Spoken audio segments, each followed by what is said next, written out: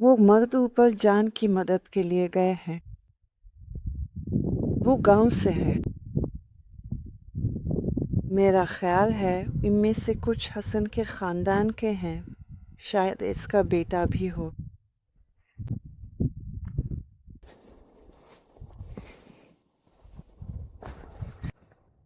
جان آخری اسکین سے واپس آ رہا ہے اور سامان واقعی بہت بہت بھاری ہے۔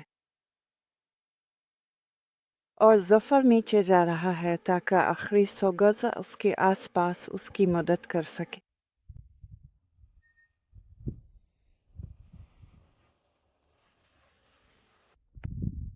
اس سفر میں جان نے جو کچھ کیا ہے،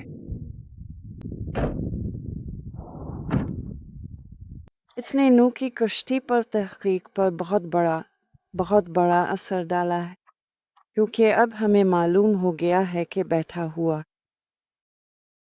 اس کشتی کی شکل کے نیچے وہاں 2 منزلیں ہیں، پھر اوپر صرف جو گرا ہوا حصہ ہے وہ صرف اوپر والی منزل ہے۔